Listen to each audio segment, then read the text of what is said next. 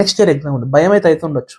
Exam UPSC చదివే వాళ్ళకి example భయం అయితే ఉండొచ్చు, నేను అవుతా, నాకు క్లియర్ అయిద్దా, నేను చదివింది సరిపోద్దా, టెస్టులు సరిగ్గా రాయలేదు, టైం వేస్ట్ చేసినాను, అనవసరంగా వాళ్ళతో మాట్లాడినా వీళ్ళతో మాట్లాడినా, ఇప్పుడు కూడా చదువుతుంటా కూర్చొని థాట్స్ వస్తూ ఉంటాయి.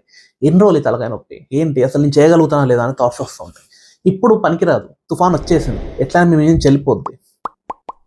సో ఫేస్ ఇట్, అంటే గట్టిగా దాన్ని ఎదుర్కోవడం కరెక్ట్. దాని తర్వాత ఆలోచిద్దాం ఏం చేద్దాం అని చెప్పి కదా.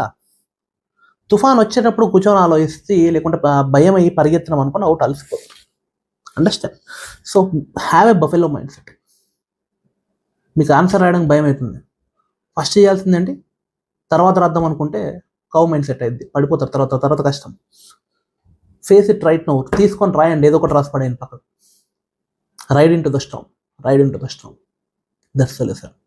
సో ఇది గుర్తుపెట్టుకోండి, ఎప్పుడు మీకు అలా అనిపించిన భయం వచ్చినా బఫెలో మైండ్ సెట్ అనండి, ride into the Storm.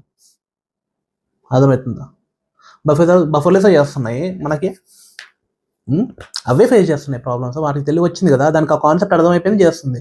మీకు అర్థమైతే మీరు కూడా చేయండి, మీరు మనుషులు ఇంకా బాగా చేయగలుగుతారు కదా. So do it wonderfully, have a great life ahead.